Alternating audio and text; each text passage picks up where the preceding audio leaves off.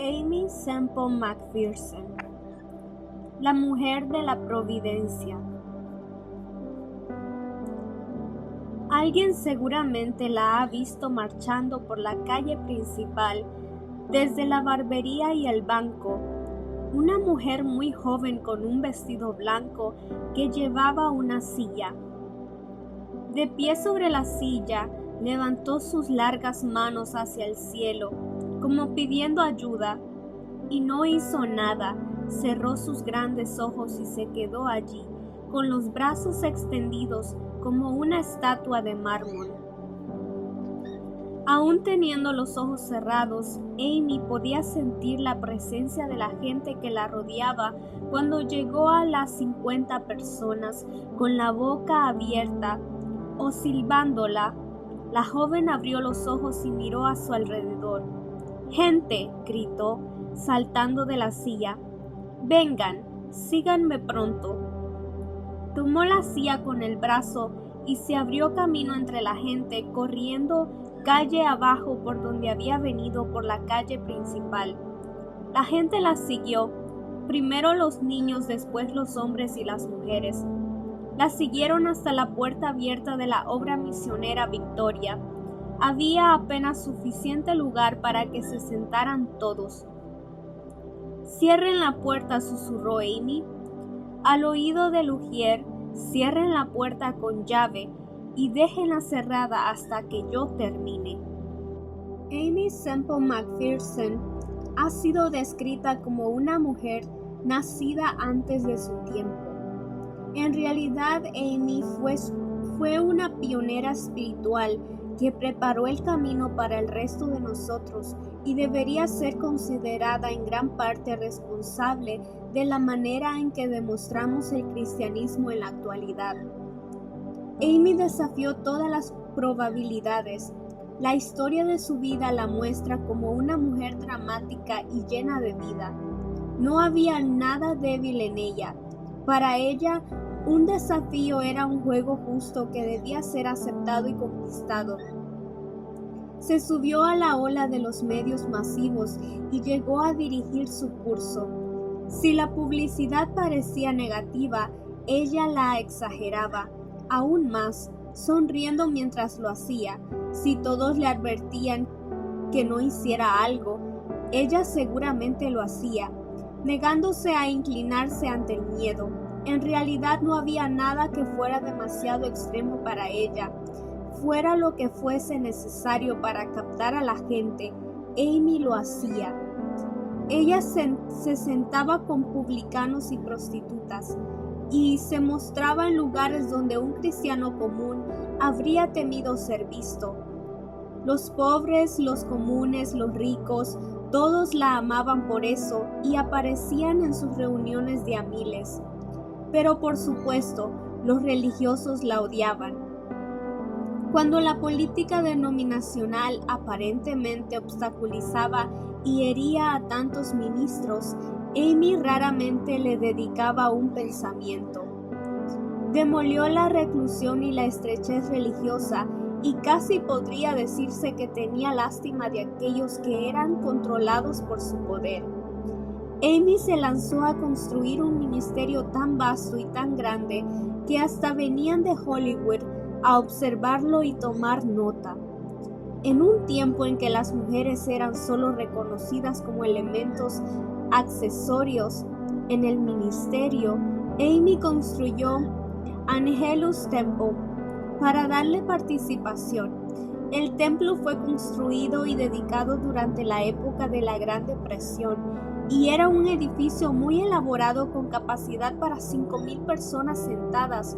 Cuando el edificio comenzó a llenarse 3 veces cada domingo, Aimee fue aún más lejos. Construyó la primera estación de radio cristiana en el mundo y fundó una de las denominaciones de más rápido crecimiento en la actualidad. Aimee vivió durante el pico del movimiento pentecostal con todas sus reglas religiosas, cuando las mujeres en general no eran aceptadas en el ministerio. Y para empeorar las cosas, según el punto de vista de los ministros de su época, era divorciada. Su vida comenzó en medio de controversias y escándalos. Sus padres fueron James Morgan y Mildred Minnie Kennedy. Nació el 9 de octubre de 1890, cerca de Salford, en Ontario, Canadá. Amy Elizabeth Kennedy fue la única hija de James y Mildred, y creció en una ciudad que hervía de chismes concernientes a las circunstancias en que ella había nacido. Su padre, de 50 años de edad, se habría casado con su madre Minnie cuando ésta tenía solo 15. Antes de casarse, Minnie, que era huérfana, había sido una fiel obrera del Ejército de Salvación. Sintiendo el llamado al ministerio, Minnie evangelizaba día y noche en las ciudades de Ontario. Un día, leyó en el periódico que la familia Kennedy necesitaba una enfermera permanente para cuidar de la señora de la casa, que estaba muy enferma. Aceptó el puesto y se mudó a vivir con la familia, dejando a un lado su ministerio. Después de la muerte de la señora Kennedy, Minnie continuó en el hogar. No mucho después, el señor de la casa le pidió que se casara con él. Los chismes inundaron la ciudad, pero James Kennedy simplemente los dejó hablar. Al día siguiente, después de su matrimonio, Minnie se puso de rodillas y oró, confesando que había fallado en su llamado al ministerio, y pidió el perdón de Dios. Entonces dijo: si solo escuchas mi oración como escuchaste la oración de Ana en tiempos antiguos, y me das una niñita, yo la entregaré sin reservas a tu servicio, para que ella pueda predicar la palabra que yo debería haber predicado, que llene el lugar que yo debería haber llenado, y viva la vida que yo debería haber vivido en tu servicio. Oh Señor, escúchame y respóndeme. Pronto Minnie quedó embarazada. Nunca dudó de que tendría una hija, por lo que todo lo que diseñaba, compraba o recibía para el bebé era de color rosa. Finalmente, en respuesta a sus oraciones, el 9 de octubre nació una niñita en la granja de los Kennedy, cerca de Salford. Los salvacionistas vinieron a visitar a la beba y trajeron con ellos la triste noticia de que Catherine Booth, esposa del gran general William Booth, había muerto. Catherine había sido cofundadora del Ejército de Salvación, y uno de los visitantes sugirió que Amy podría muy bien ser su sucesora. Fuera cual fuera el plan de Dios para la niña, fue especialmente claro para Minnie. Después de oír estas palabras, que sin dudas Amy crecería hasta mucho más allá de lo que ella había esperado. Cuando Amy tenía 3 semanas de vida, Minnie la dedicó al Señor en un culto del Ejército de Salvación. Su niñez fue perfecta. Creció como hija única en una enorme granja, con los animales como compañeros de juegos. Creció escuchando las historias de Daniel en el pozo de los leones, de José y el faraón, de Moisés sacando al pueblo de Dios fuera de Egipto.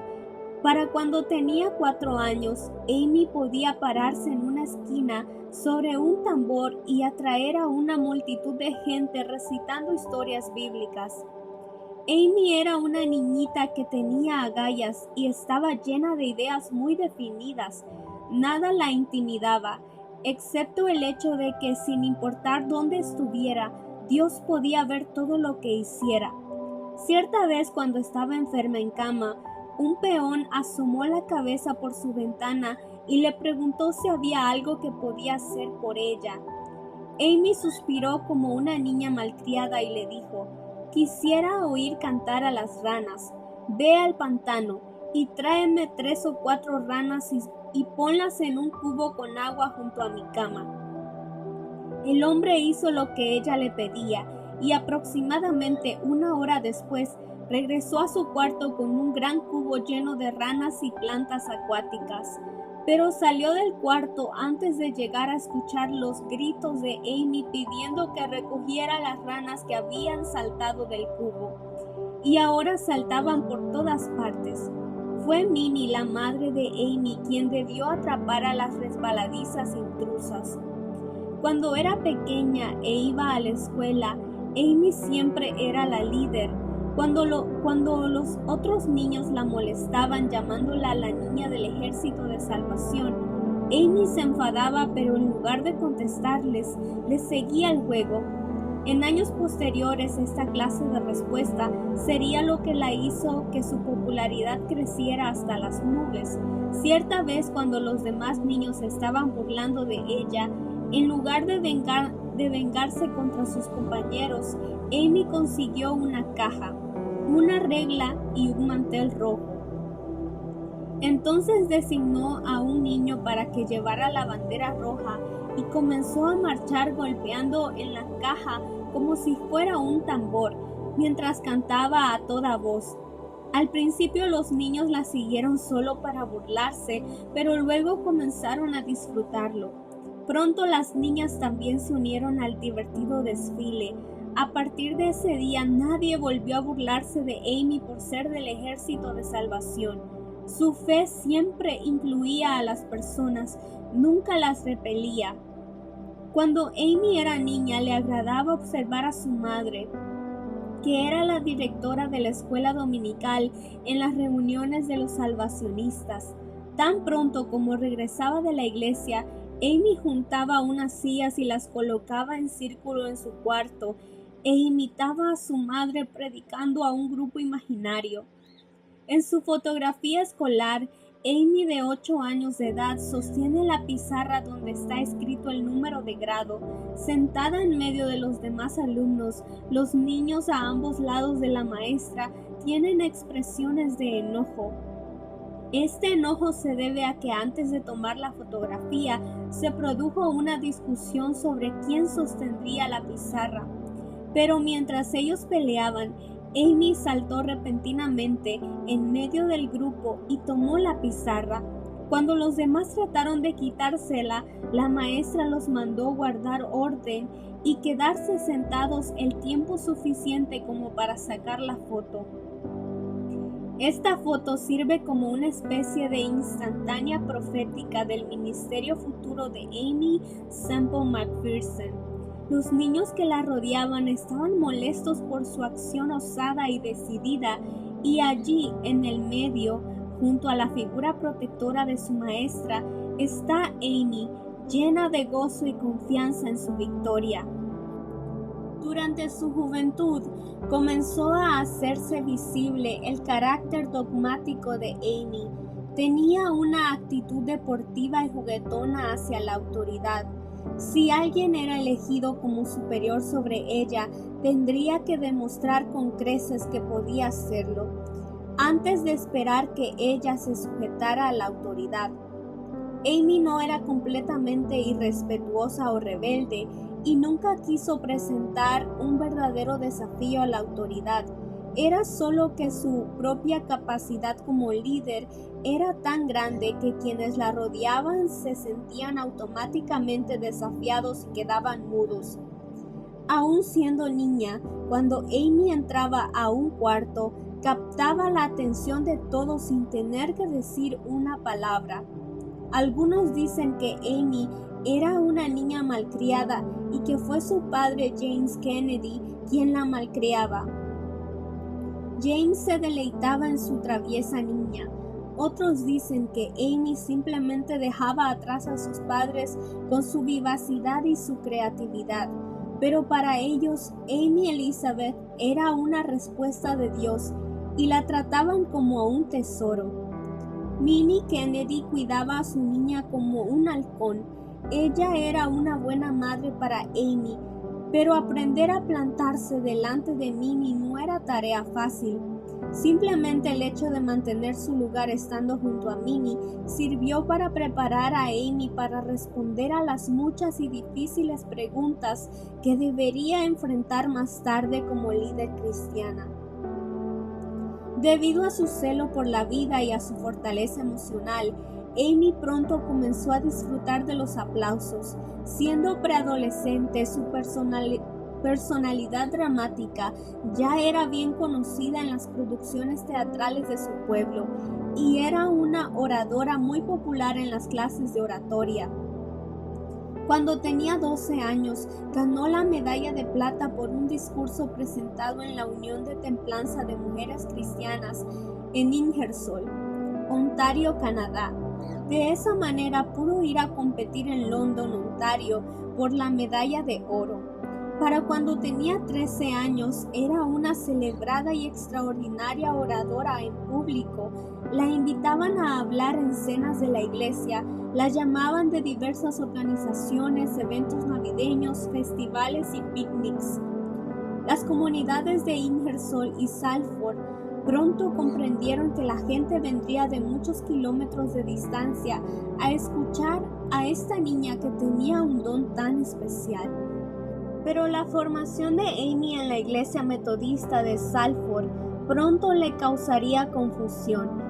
Aunque los metodistas promovían los discursos y los entretenimientos dentro de su templo, condenaban absolutamente los cinematógrafos y las obras teatrales que se producían fuera de él. En realidad, a Minnie le habían enseñado que las películas eran la cosa más pecaminosa que se hubiera creado jamás. Así que Amy creció dentro de una generación que creía en reglas religiosas muy estrictas. Las autoridades de la iglesia y otras le habían advertido que si alguna vez visitaba un cinematógrafo, terminaría en el infierno. A pesar de ello, cierta vez, cuando la invitaron a ver una película, ella aceptó, y al entrar reconoció a varios miembros de su iglesia en el lugar. Una de ellas era una maestra de la escuela dominical. La hipocresía de toda esta situación la afectó profundamente.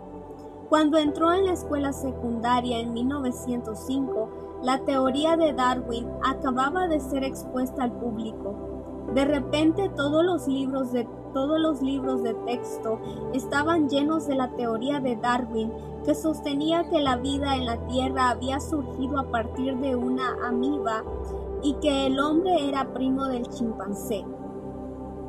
Amy se sintió sacudida. Aunque aún no era una cristiana nacida de nuevo, había sido criada con la Biblia y se sentía realmente insultada por las afirmaciones de Darwin. Así que fue a ver a su profesor de ciencias y le preguntó amablemente sobre el tema. En lo que a él concernía, la investigación biológica había superado las supersticiones antiguas. Pero Amy arrinconó al pobre hombre a tal punto que finalmente éste debió dar un paso al costado y darle toda una lista de libros de la biblioteca para estudiar. Amy aceptó el reto. No solo leyó a todos esos autores seculares y sus teorías, sino que al finalizar nadie sino ellos sabía más que Amy sobre el tema de la teoría de Darwin. Esto se convertiría en un patrón de conducta en su vida. Amy era diligente e invencible, pero a raíz de sus lecturas, Amy llegó a la conclusión de que la teoría de Darwin debía de ser cierta. Después de todo, la iglesia ya no practicaba lo que la Biblia decía. Parecía que fuera solamente un lugar de reunión social para juegos y entretenimientos, y no había milagros como los que ella veía en la Biblia. Así que comenzó a debatir con los ministros que visitaban su iglesia y a cuestionar por qué predicaban si en ese tiempo no había milagros.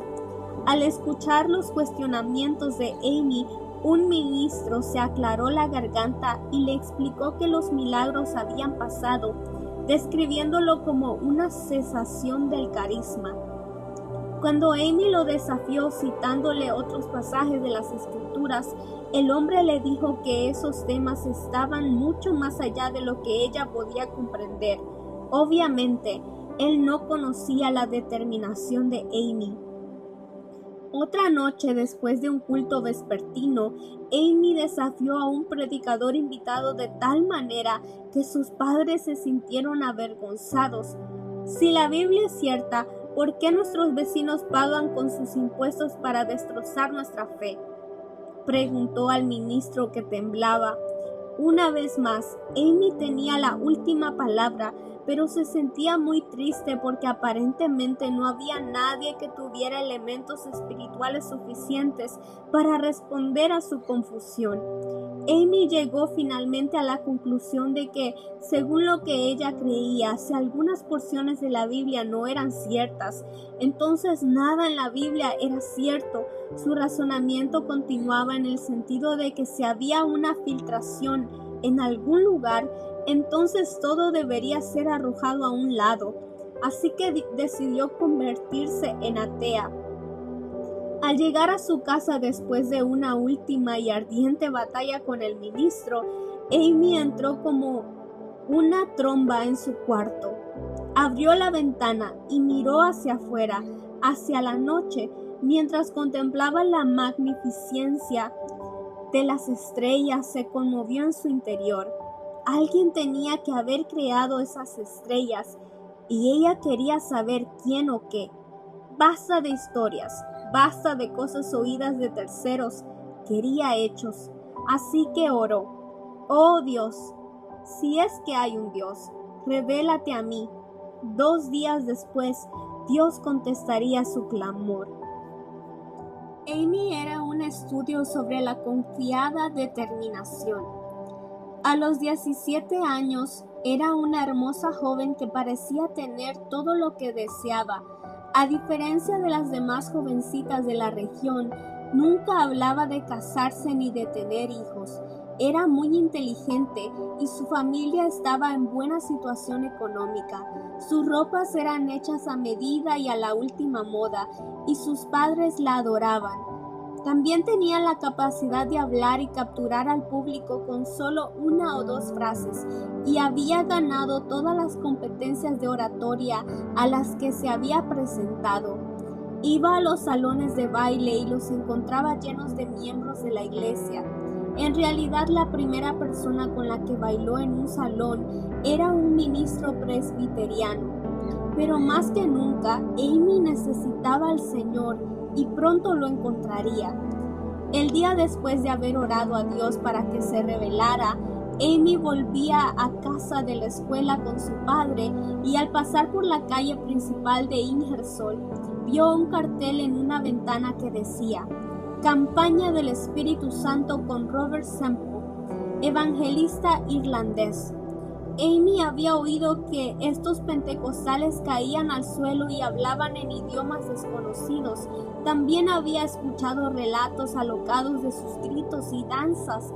Era muy curiosa, por lo que la noche siguiente, antes de llevarla a ensayar para el programa de Navidad, James Kennedy llevó a su hija a la campaña y ambos se sentaron en el último banco.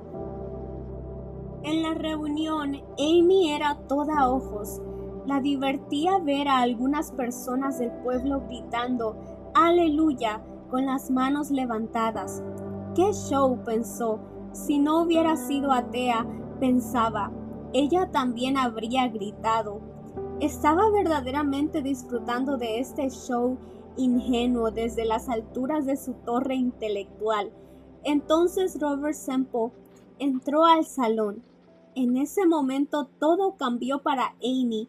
Semple medía aproximadamente 1,85, tenía ojos azules y un cabello castaño enrulado y un maravilloso sentido del humor. Años más tarde, Amy aún hablaría con afecto de la luz celestial que tenían sus ojos. Semple era un presbiteriano irlandés que había dejado su tierra natal para ir en barco a Nueva York. Después había viajado a Toronto, Canadá, y luego a Chicago, Illinois, por tierra. Fue en 1901 que la manifestación pentecostal de hablar en otras lenguas se extendió en Topeka, Kansas, a Chicago. Y allí en Chicago, Semple habló por primera vez en otras lenguas. Mientras trabajaba como empleado en la carpa de Marshall Field, Dios lo llamó al ministerio y se convirtió en un exitoso evangelista que era conocido en todo el norte de los Estados Unidos y Canadá, y ahora había llegado al pueblo natal de Amy. Cuando Sempo entró en el pequeño templo para Amy fue como si el mundo entero se detuviera. El reverendo Robert Sempo subió al púlpito y abrió su Biblia en el segundo capítulo de Hechos. Luego repitió una sencilla orden: arrepentíos, arrepentíos. Amy comenzó a revolverse, incómoda en su asiento. Cada vez que Sempo hablaba, sus palabras la atravesaban como una flecha. Más tarde, Amy diría: yo nunca había escuchado un sermón así. Utilizando la Biblia como espada, él cortó el mundo entero en dos. El joven evangelista no veía punto intermedio entre servir al mundo y servir a Dios. Si alguien amaba a uno, no podía amar al otro. Se podía estar solo a favor o en contra de él. Era así de simple. Amy estaba pendiente de cada palabra. Entonces Sempo levantó su cabeza hacia el cielo y comenzó a hablar en lenguas.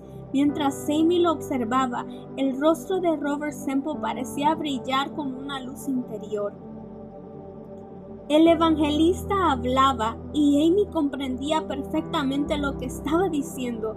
Era la voz de Dios mostrándose a ella, respondiendo su oración. A partir de ese momento en que escuché al joven hablar en lenguas, hasta este día nunca he vuelto a dudar ni por una fracción de segundo de que hay un Dios y que Él me estaba mostrando mi verdadera condición como pecadora perdida, pobre, miserable, camino al infierno. 3 días después, Amy detuvo su carro en medio de una calle solitaria, levantó sus manos hacia el cielo y clamó pidiendo a Dios misericordia. Entonces, repentinamente, según sus propias palabras, el cielo se llenó de luz. Los árboles, los campos, los pequeños pajaritos que volaban de un lado a otro, alababan al Señor y me sonreían. Tan consciente fui de la sangre perdonadora de Jesús que parecía que la sentía fluyendo sobre mí. Finalmente, Amy había nacido de nuevo. Amy, que estaba buscando dirección para su vida, recibió una visión. Al cerrar los ojos, vio un río negro lleno que corría, caudaloso, y en él caían millones de hombres, mujeres y niños que eran arrastrados sin remedio hacia una catarata. Entonces escuchó: conviértete en una ganadora de almas. Perpleja pensando cómo sería posible que ella llegara a cumplir esa tarea, comenzó a buscar más profundamente al Señor. Las mujeres no podían predicar, era algo que sencillamente no estaba permitido, pero Amy creía que si Pedro, que era un pescador, había podido predicar, quizá una jovencita campesina de Canadá también podría hacerlo. Así que buscó en el Nuevo Testamento y llegó a la conclusión de que el único requisito necesario para quien era llamado a predicar era que hubiera sido bautizado en el Espíritu Santo. Así que, contrariamente a los deseos de su madre, comenzó a asistir a las reuniones de espera que hacía un tiempo se venían realizando en Ingersoll, Ontario. Había manifestaciones en abundancia en esas reuniones.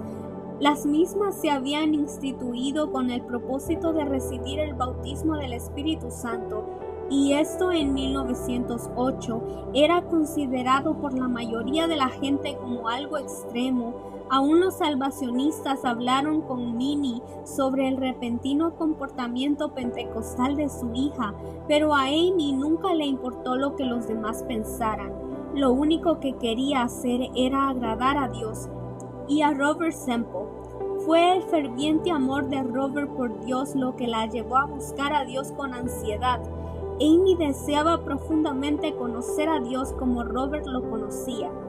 Amy estaba descuidando sus estudios por pasar tanto tiempo en las reuniones de espera. Una mañana, mientras iba a la escuela, pasó por la casa de una mujer que conducía las reuniones y sintió que no podía ir a clase. Lo que ella quería era hablar en lenguas. En realidad deseaba tanto hablar en lenguas que se bajó del tren y fue hacia la casa de la mujer y llamó a la puerta. Ahora perdía clases para demorarse en oración. Una vez que entró a la casa y pudo explicar el anhelo de su corazón, ella y la mujer comenzaron a buscar a Dios en oración. Amy llegó a pedir a Dios que demorara las clases para que ella pudiera continuar allí esperando recibir. Y cuando lo hizo, cayó una ventisca sobre Ingersoll. El viento helado no solo le impidió viajar a la escuela, sino que tampoco le permitió volver a su casa. Amy estaba fascinada. Había nieve suficiente como para que ella debiera pasar allí el fin de semana entero, esperando al Espíritu.